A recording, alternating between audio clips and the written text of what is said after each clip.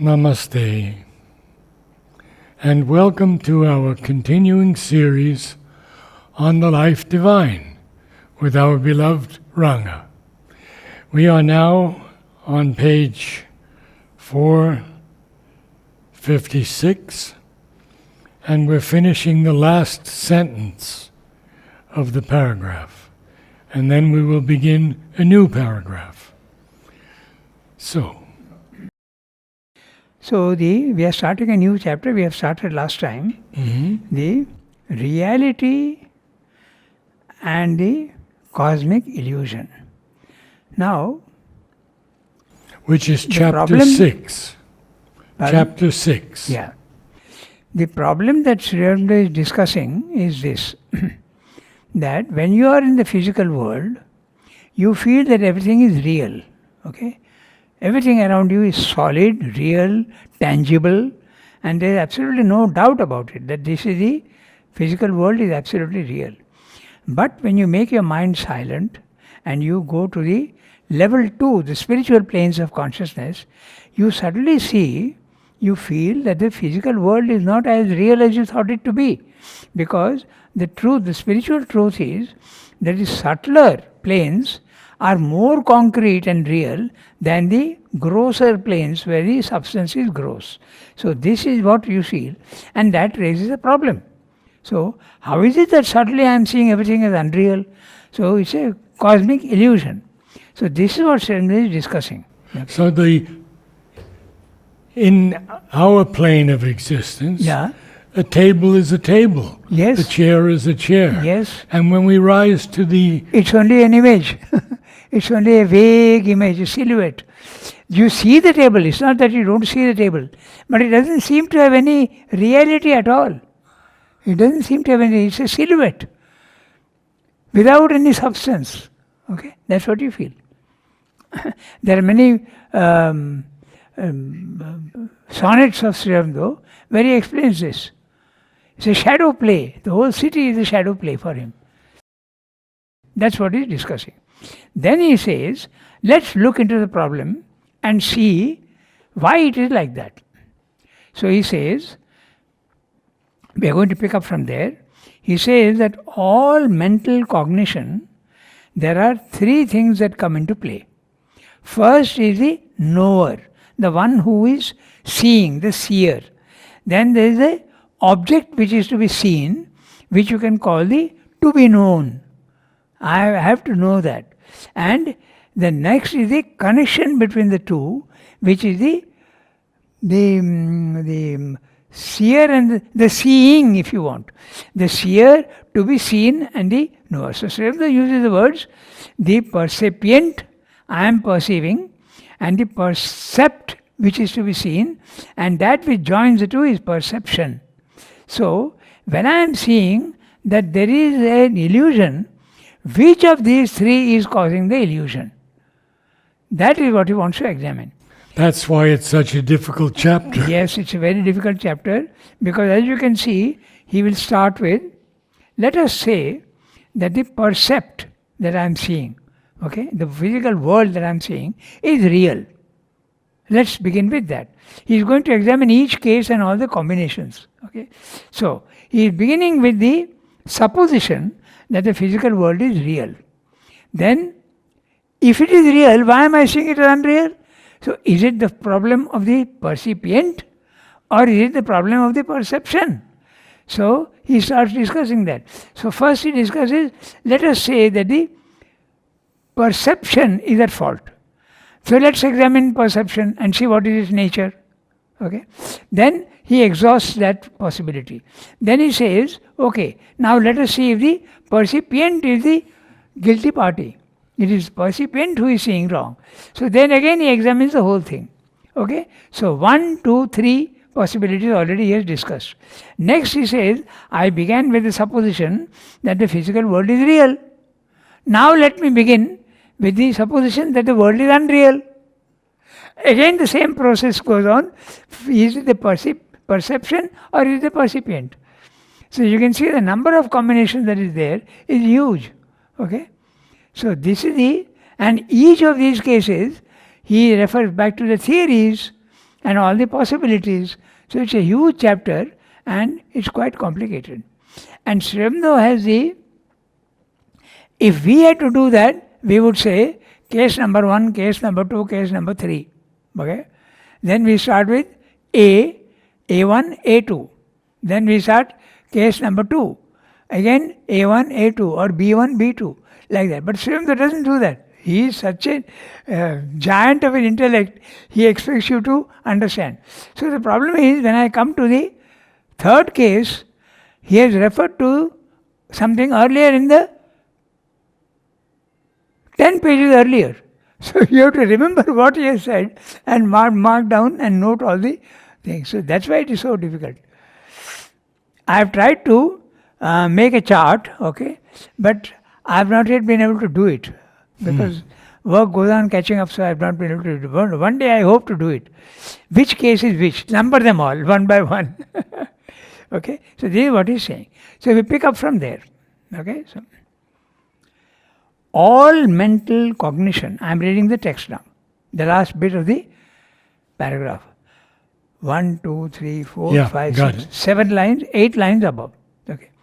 All mental cognition depends on 3 elements: the percipient, the one who is perceiving; the perception, the process of seeing; and the thing perceived or percept. All or any of these 3 can be affirmed or denied reality.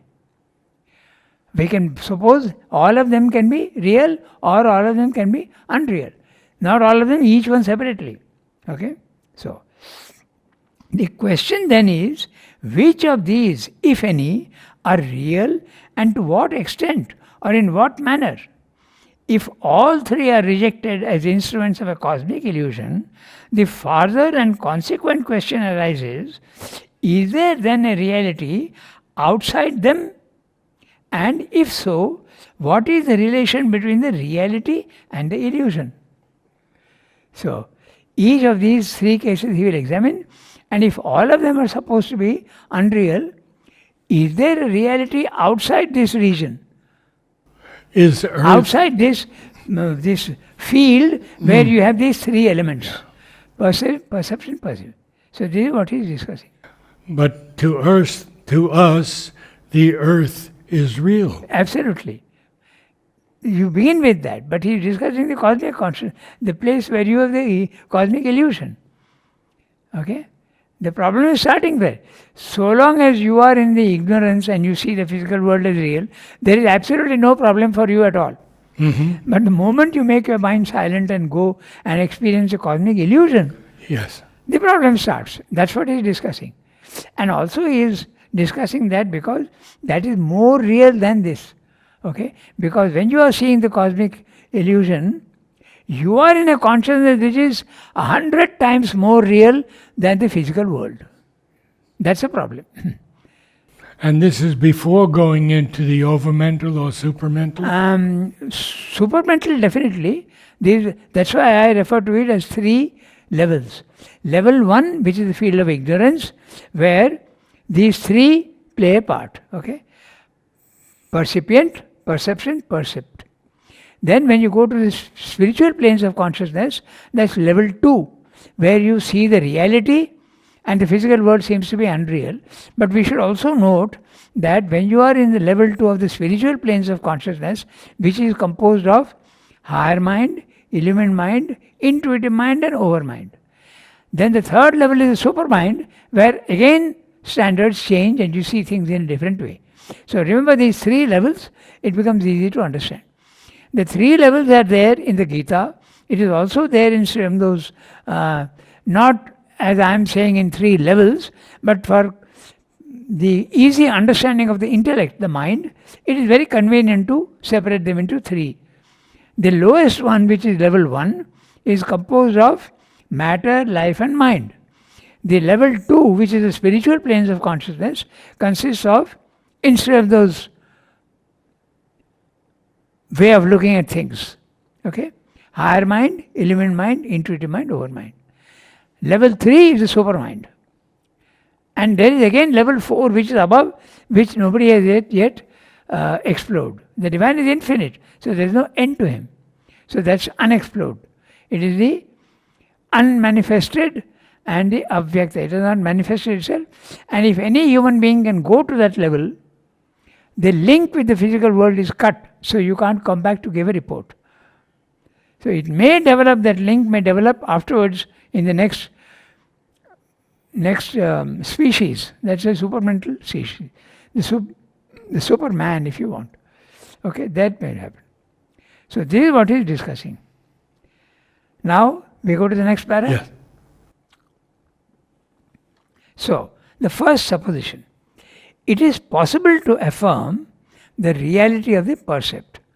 He's saying it is possible to affirm. It's a supposition that he's saying. Let us say why is he saying that? It is possible to affirm because when you go to the higher second level, the world is not real. So he says we'll examine the case where the percept, the physical world is real. He's beginning with that. Okay? It's a supposition of the objective universe. It's possible to affirm the reality of the percept of the objective universe and deny or diminish the reality of the percipient, individual and his perceptive consciousness. So let us suppose that the physical world is real, but the other two, the perception and the percipient, are less real. Let's take it, we'll start from that level. That's what he's saying. Okay? So, in the theory of the sole reality of matter, consciousness is only an operation of matter energy in matter, a secretion or vibration of the brain cells, a physical reception of images and a brain response, a reflex action or a reaction of matter to the contacts of matter. We'll discuss it in detail. Even if the rigidity of this affirmation is relaxed and consciousness otherwise accounted for, still it is no more than a temporary and derivative phenomenon, not the enduring reality. The percipient individual is himself only a body and brain capable of the mechanical reactions we generalize under the name of consciousness. The individual has only a relative value and a temporary reality. But if matter turns out to be itself unreal or derivative and simply a phenomenon of energy, as seems now to be the probability, then energy remains as the sole reality. The percipient, his perception, the perceived object are only phenomena of energy. But an energy without a being or existence possessing it, or a consciousness supplying it, an energy working originally in the void, for the material field in which we see it at work is itself a creation, looks itself very much like a mental construction, an unreality. Or it might be a temporary, inexplicable outbreak of motion which might cease at any time to create phenomena. The void of the infinite alone would be enduring and real. The Buddhist theory of the percipient and the perception and the percept as a construction of karma, the process of some cosmic fact of action, gave room to such a conclusion.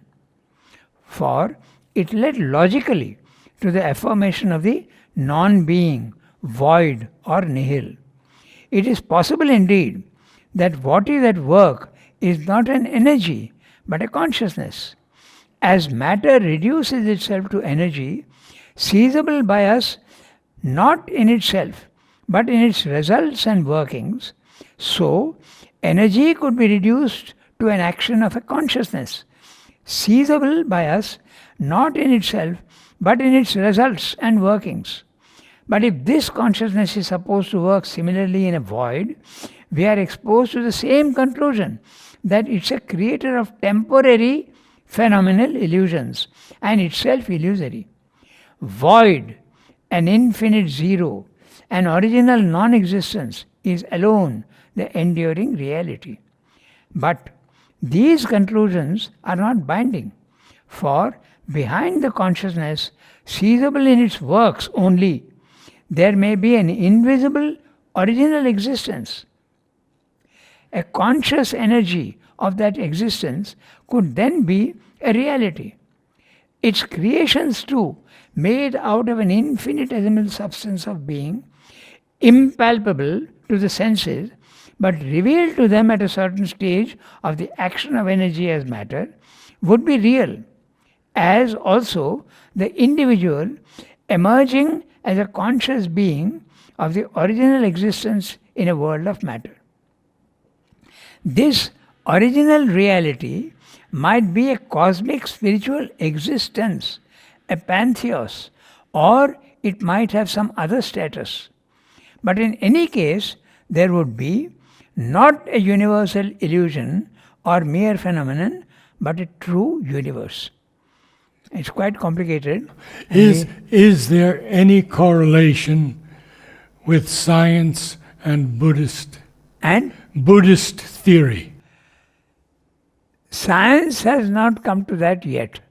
Science still believes that this physical world is real. Okay? So that correlation with the Buddhism... But they're admitting consciousness. Pardon? They are admitting consciousness. Oh yes, because they themselves are experiencing consciousness. Many scientists are experiencing consciousness as real. This is now being thrown out as a possibility, and there are many talks and TED talks and all that, yes, where the speaker says that I am now going to present to you an idea which will rattle your brain. Okay? And he says that consciousness is a fundamental reality. Until now, science is saying that consciousness is a product of matter. Consciousness is a product of life. There is no consciousness in a stone, but as soon as a living thing comes into play, there is consciousness. Even the worm is conscious of its surroundings. Even a unicellular entity, whatever it be, is conscious of its surroundings. It protects itself. So until now this has been the contention, that consciousness is a result. It's not a primary reality. Follow? So this now is until now it has been the contention, but now they have realized that consciousness exists by itself, apart from living creatures. So this is the fundamental idea which has come. But it's not yet fully accepted. It is still being talked about. Okay?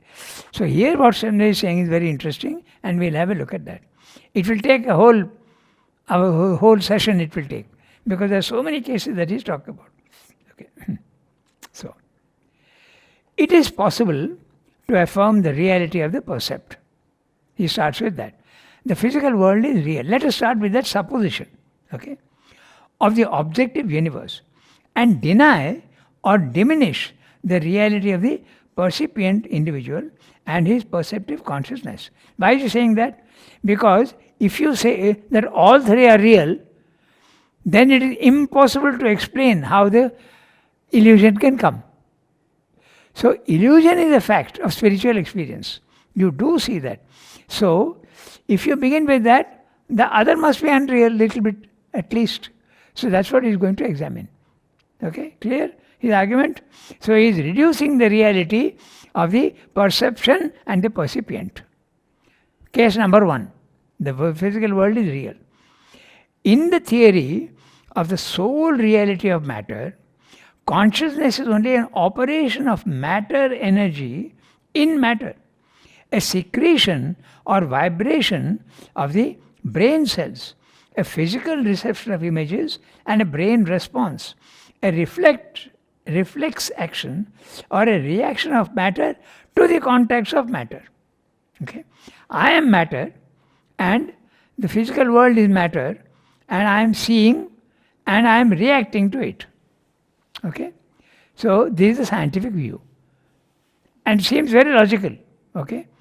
Naturally, everything is matter, I am also matter, and there is a dog there out there, he is also matter, and I am responding to him. He is sending his vibrations to me and I am responding to him. So this is an empirical understanding. According to science, yes, it's based on experience. Yeah, that's right, empirical. Okay, so now comes the interesting part. So very clear, in the theory of the sole reality of matter, materialism. Okay, so consciousness is only an operation of matter energy in matter. Because in a stone you don't see life. But suddenly life is coming. When life comes in, then consciousness comes in. So consciousness is a byproduct of life. That's what he's saying. And life is also originating from matter. So the idea that there is therefore a life is involved in matter has not struck anybody as yet. In the physical, in science, it has not struck. But when you go up, you can see that. When you go up into the conscious levels, higher levels of consciousness, you see that. You see the involvement. So the spiritual view will be totally different from that of the scientific view. Okay, so now I go to the next sentence.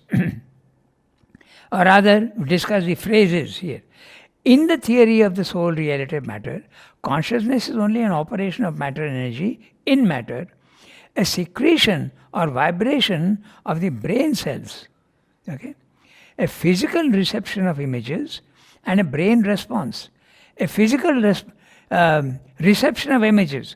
I am seeing the dog out there and I am reacting to it. It's a visual thing. It can also be auditory, it can also be olfactory, it can also be gustatory, it can be anything. It can be also tactile. This I can react through my eyes, through my ears, through my tongue and nose, and also the skin, all the five senses. So I am reacting in any way. Okay? So, brain response, a reflex action or reaction of matter to the contacts of matter. Even if the rigidity of this affirmation is relaxed, okay, and consciousness otherwise accounted for, okay, let's say that science is not absolutely right, let us say, he's saying, even if the rigidity of this affirmation is relaxed and consciousness otherwise accounted for, still it is no more than a temporary or derivative phenomena, okay, not an enduring reality. So, this is the thing, that everything is fleeting. The dog which I am seeing is going to die in 10 years. The rainbow which I am seeing will disappear in no time. The butterfly which is there is going to die in 1 week. So everything is transient. Okay? So that's what he's pointing out. Even if the rigidity of this affirmation is relaxed and consciousness otherwise accounted for, let us take the case that consciousness is not absolutely a product of matter, even if I take it in that sense. The phenomena that I am seeing are all transient and time bound, they are disappearing. Okay? So, even if the rigidity of this affirmation is relaxed and consciousness otherwise accounted for, still it is no more than a temporary and derivative phenomena, not a enduring reality. Okay? The percipient individual is himself only a body and brain capable of the mechanical reactions we generalize under the name of consciousness. So, when do you say consciousness? When you are aware of something. Okay? So, that's what Swami is pointing out. Even the individual who is the percipient, he is going to disappear. Okay? So, it's not got a permanent reality. It is not. Okay? The individual has only a relative value and a temporary reality. All individuals who are perceiving will disappear one day. So consciousness itself is something which is disappearing. Matter is the only reality. Okay, that's what he's pointing out. But now he goes to the other case. But if matter turns out to be itself unreal, now he's taking the second case. First case we saw, if matter is real, then you end up with the materialistic theory. Now if matter turns out to be itself unreal or derivative and simply a phenomenon of energy, as seems now to be the probability, In fact, science has come to that. Yes. Matter is nothing but energy. Exactly. So, then energy remains as the sole reality. If matter is there and energy is producing matter, then energy is the sole reality. Matter is disappearing. You are matter and you are disappearing. The stone is matter and it is disappearing. So what is it that is producing this? It is energy. So let us see whether energy is a constant, permanent thing. Okay, he is going step by step backwards. Now, energy, do we see energy in the physical world? We don't see energy, but we see the results of energy. This is a very important thing we have to understand. Such as electricity. You don't see the electricity. You don't see it. You see the results of electricity. Yes, yes. Okay? That's the interesting part. So we have said that conscious matter is energy. Now, energy I don't see. So is there something else which is supporting energy? You follow? He's going step by step backwards. Okay? It's very interesting, but you have to see very carefully, you have to read what he's saying. So, then energy remains the sole reality. But I don't see the reality. I don't see the energy. So is there something which is supporting energy? That's what he's now coming to. Okay, so he says,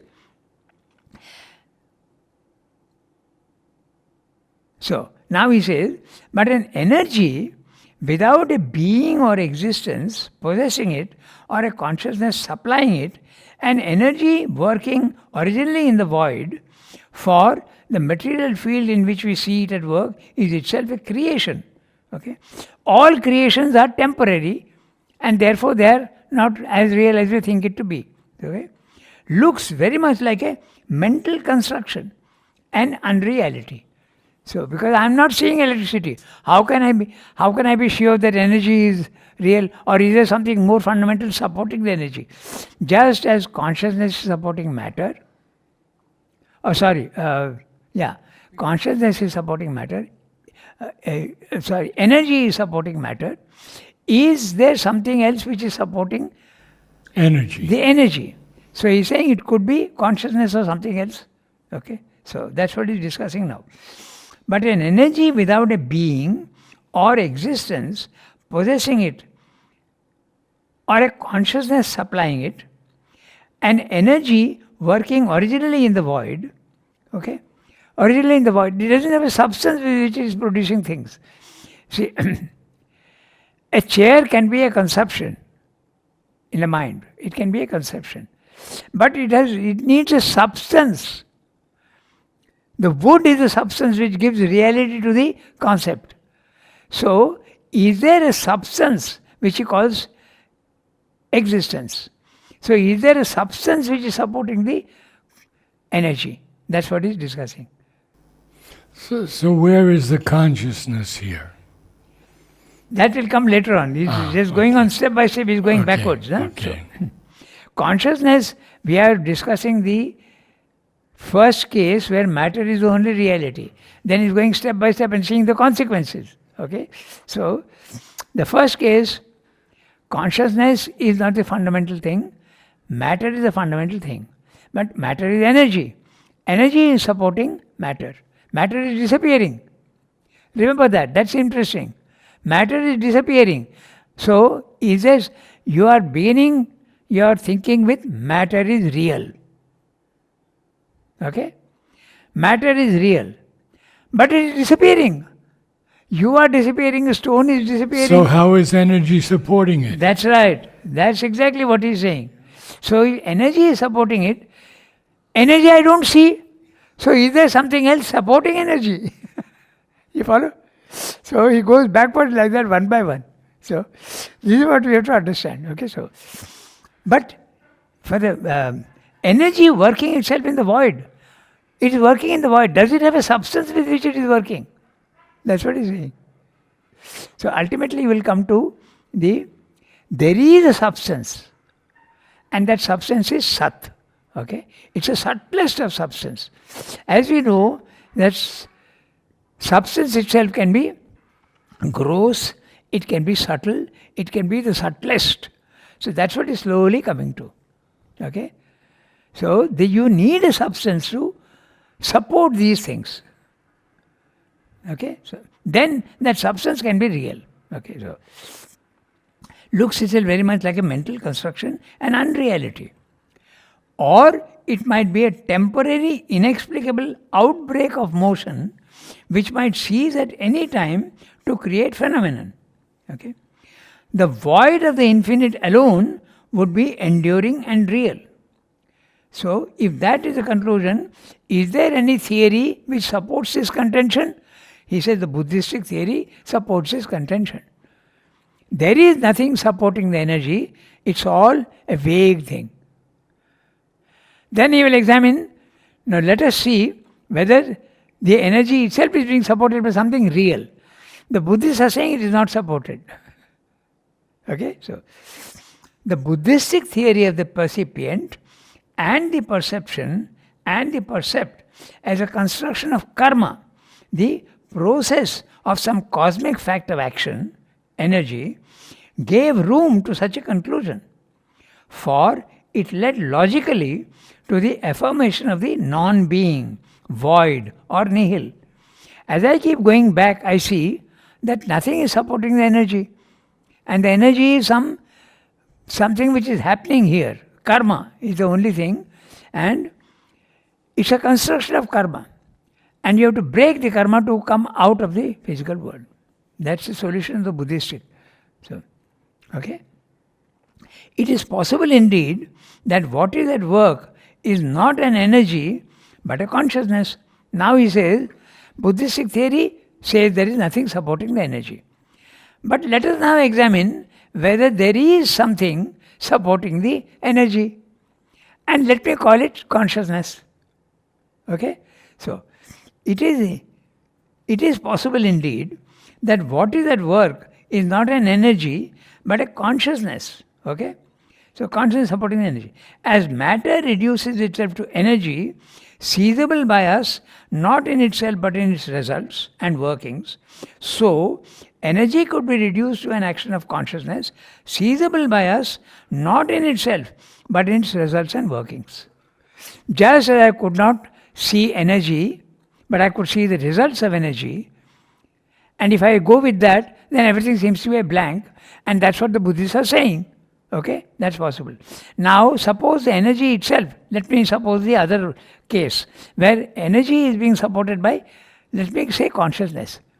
So, I am seeing the results of energy, but am I seeing also the results of, am I seeing consciousness? I am not seeing consciousness, but I am seeing the results of consciousness. When I am conscious, I am seeing you. I am seeing only the results. Okay, he is going backwards, step by step. Alright, so it is possible indeed that what is at work is not an energy but a consciousness. As matter reduces itself to energy, seizable by us not in itself but in its results and workings, so energy could be reduced to action of a consciousness, seizable by us not in itself but in its results and workings. But if this consciousness is supposed to work similarly in a void, we are exposed to the same conclusion, that I don't see the consciousness, therefore it should be supported by something if it is to be considered real. Okay? That is a creator of temporary phenomenal illusions and itself illusory. So, something must be there. If I want the physical world to be real, then I must go back and see that what is supporting consciousness itself. You see the steps one by one? So, but these conclusions, an original existence is alone the enduring reality. If you stop at the Buddhistic theory, you will have to come to that. That a non-existence is alone the enduring reality. The non-existence, because he is calling it the non-existence, but you can also call it the existence, because we know that the non-existence or the existence is the same thing, but it is called non-existence because it is featureless, infallible, absolutely without any characteristics which you can describe. Something you can describe which has got features. But this consciousness that you are seeing is absolutely featureless and static. So Buddha arose into this consciousness, Yes. into the divine. Yes. Not divine. Not there is divine. no divine in Buddhism. Okay, there's the key. It's just a phenomena that happens. Ah, Buddhistic theory is all based on the problem of the suffering. Okay? You are suffering in the physical world. You want to get rid of your suffering? Make your mind silent, and you will see that your whole physical world is a construction of the mind. So remove the mind, the suffering goes. That is their thing. And how do you remove the mind? How do you kill the mind? By silencing it. So don't think, get rid of all thoughts.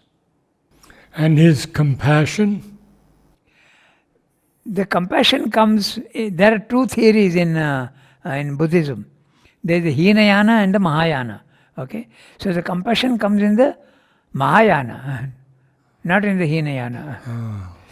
So that is there. They change their views a little bit afterwards. Okay, so as in every theory, there are grades and developments in every theory. Even in science, we are going from one theory to another theory to another theory. First of all, there was the materialist phenomena. Now we are coming to the quantum theory, which denies that. And then now again, the Einsteinian theory, which goes one step more. So you are going more and more, exactly what Srimad is describing here, you are going backwards, one by one. So you have come up to consciousness, but you have not yet come up to Satchidananda. So you have to go up to there. Okay? So we are exposed to the same conclusion. Okay? Each one. I am not seeing energy, I am seeing a results of energy. So energy must be supported by something, if it is to be real. I started with the theory that the world is real, remember? So if it is to be real, consciousness has to be supported by something. Energy has to be supported. So let us say consciousness is supporting it. I don't see consciousness. I see only the results of consciousness. Therefore, there was something which is supporting the consciousness itself. Then you come to the Advaita philosophy. If you stop at the energy aspect, you end up with the Buddhistic theory. Okay? That's what it is. But these conclusions are not binding. For behind this consciousness, seizable in its works only, there may be an invisible original existence. Now, Srimad is saying there may be. In other words, he is saying that consciousness is, Buddhism is saying consciousness is supported by nothing. It's a nihil. But suppose Srimad says, let me start with the other idea that there is something supporting the consciousness. What could that be? Let me call it existence. Let me call it subtle substance. Okay? Sat is subtle substance. So,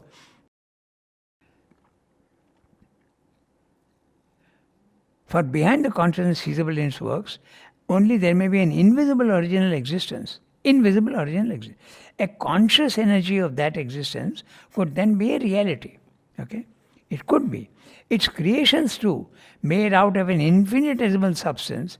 Infinitesimal substance suggests the subtlety of the substance. It is so small and so that it is. You call it subtle substance. We call it in Vedanta, we call it Sat. Okay? Of being impalpable to the senses. So there is this reality of substance which the senses can't see because it is so subtle. That's what he's saying. Okay? Where's it gone? If there is an etheric consciousness, can it be seen in the etheric, in the ether? That's what he's now coming to. Okay. Okay? So that's what he's coming to. So, impalpable to the senses, but revealed to them at a certain stage of the action of energy as matter, would be real as also the individual emerging as a conscious being of the original existence in a world of matter. So he's saying, if you keep going back, consciousness is being supported by the substance, which is the existence. He's calling it existence. Sat. Yeah. Now, you must remember the words that he uses, okay? He uses the word existence to mean the subtlest of substance. Slightly more gross, he often uses the word substance. Then, the grossest of substance is matter. It's the same thing which is becoming subtler and subtler and subtler. So the subtlest of substance is supporting the consciousness, and the consciousness is supporting the energy, and the energy is producing the matter. So now you come back to the idea of Sat, Chit, Shakti, Ananda. Ananda is not being described.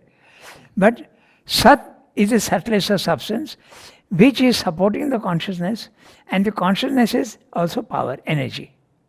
So you're going back to the Satchidananda. Ananda has not yet come in, that will come in later on. Okay? So this is what he's saying. So, this original reality might be a cosmic spiritual existence, a pantheos, or it might have some other status. Okay? It could be something else. But in any case, there would be not a universal illusion or mere phenomenon, but a true universe.